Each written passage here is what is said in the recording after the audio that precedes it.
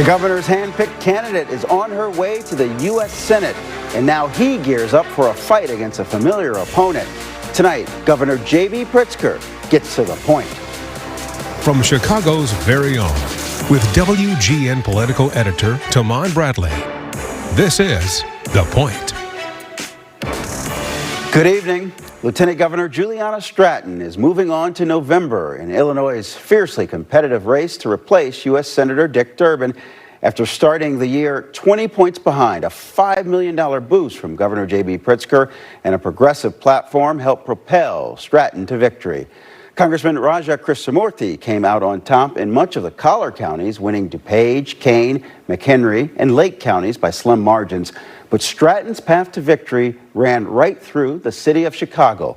In Cook County, she's ahead by more than 76,000 votes. That's just a few thousand shy of her overall lead. In the Republican race for governor, Darren Bailey won by doing the exact opposite. His opponent, Ted Dabrowski, won big in Cook County. It was Bailey's popularity downstate that led him to victory. Today, the Republican nominee said that was his plan all along. We knew the primaries won in the other counties, so we focused on that as part of the strategy.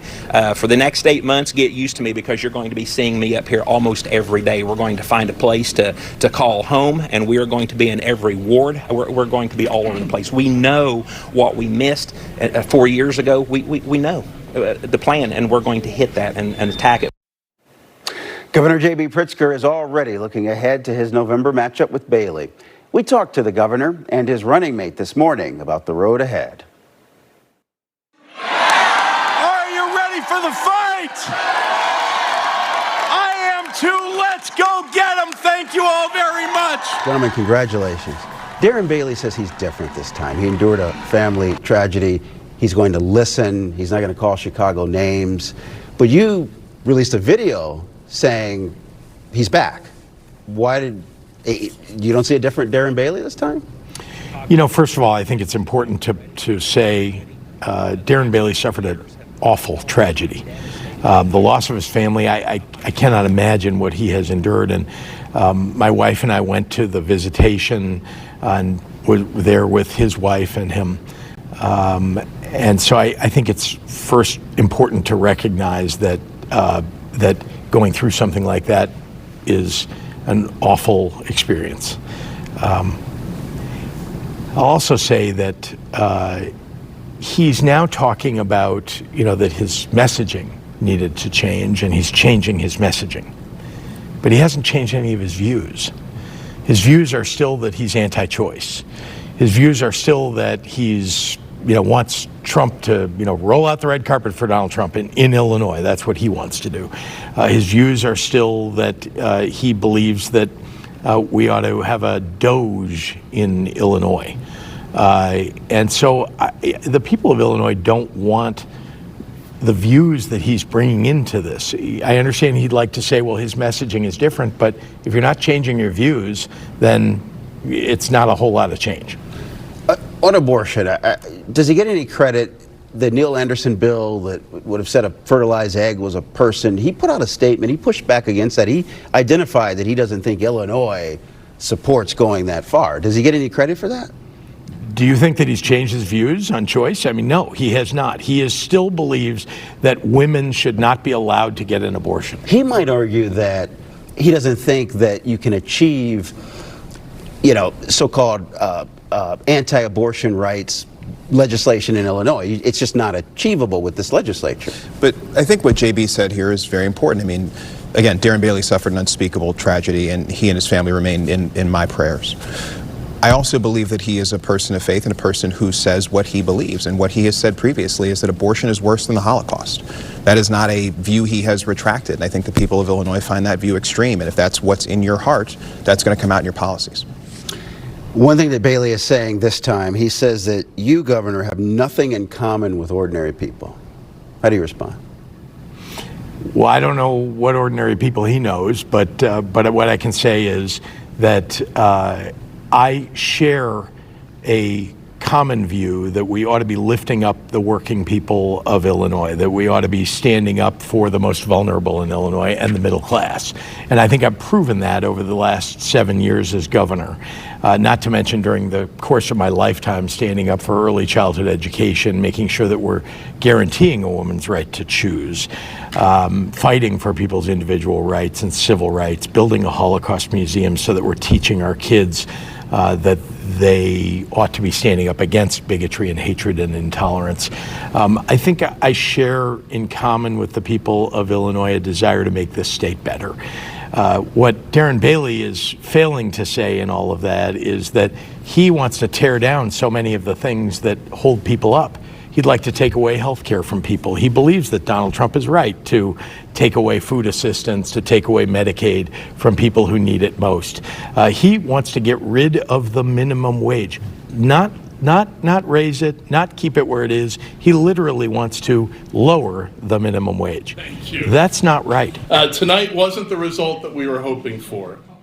In Cook County, Assessor Fritz Kagi lost last night, due in part to concerns about the property tax bills and residential property tax assessments. Is there anything you guys will do to provide relief to property taxpayers? Well, the most important thing that we can do is something we are doing now, which is funding our schools from the state level.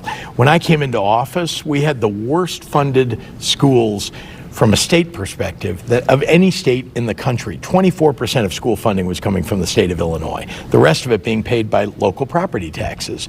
We've raised that. We're nearly doubling the amount, the percent that we're providing for schools. The result, by the way, is schools are doing much better. Our 8th graders are scoring much higher. We're in the top 5 in the country in reading and math for our 8th graders.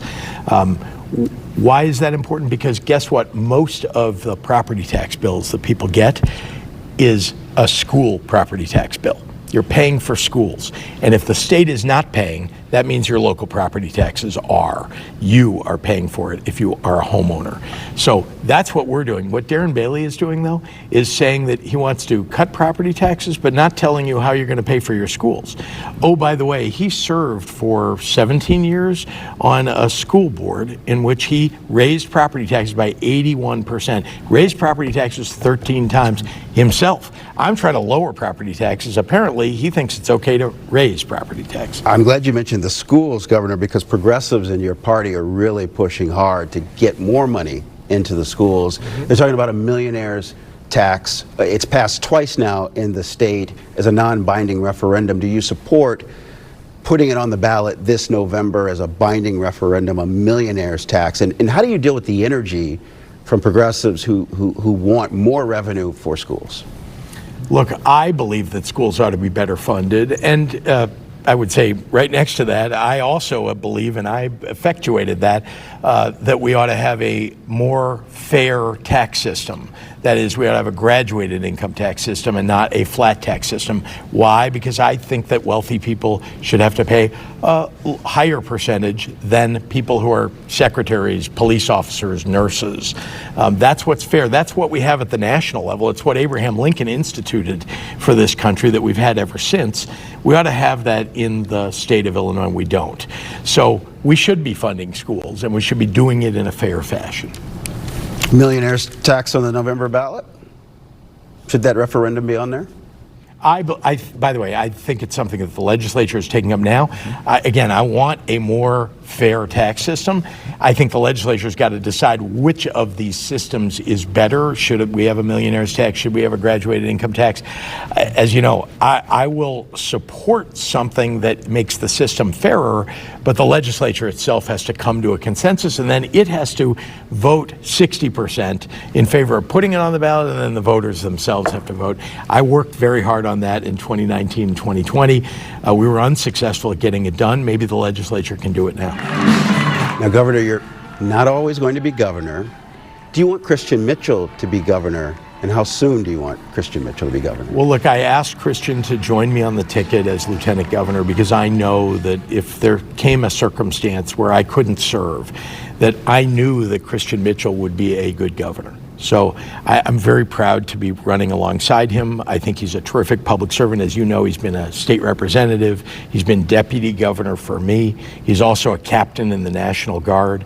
He's somebody that I think people should be proud to have in leadership in this state. Would he be ready in 2 years?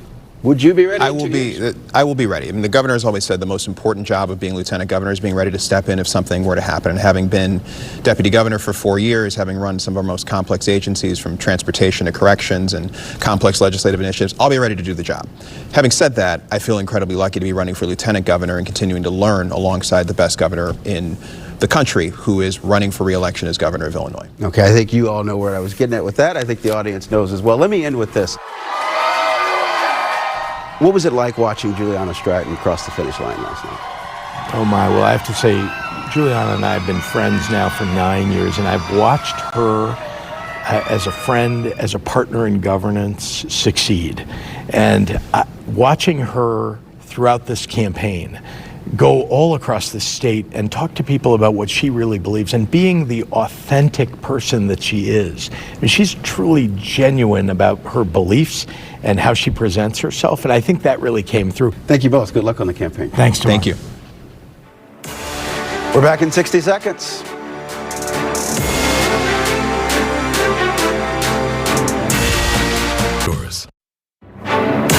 Tonight, a tip of the hat to 3 candidates who pulled off major upsets in last night's primary election. Donna Miller came out on top of the 10-candidate field in the 2nd District. She stopped former Congressman Jesse Jackson Jr. from returning to Capitol Hill. Miller had veteran political operative Delmarie Cobb at her side and the backing of an AIPAC-affiliated super PAC to the tune of $4 million in Cook County. Organizer Drake Warren defeated 4-term incumbent Commissioner Bridget Gaynor. And at the State House, political newcomer Joshua Higgins knocked out the #2 Republican, Noreen Hammond, who's been serving in Springfield since 2010.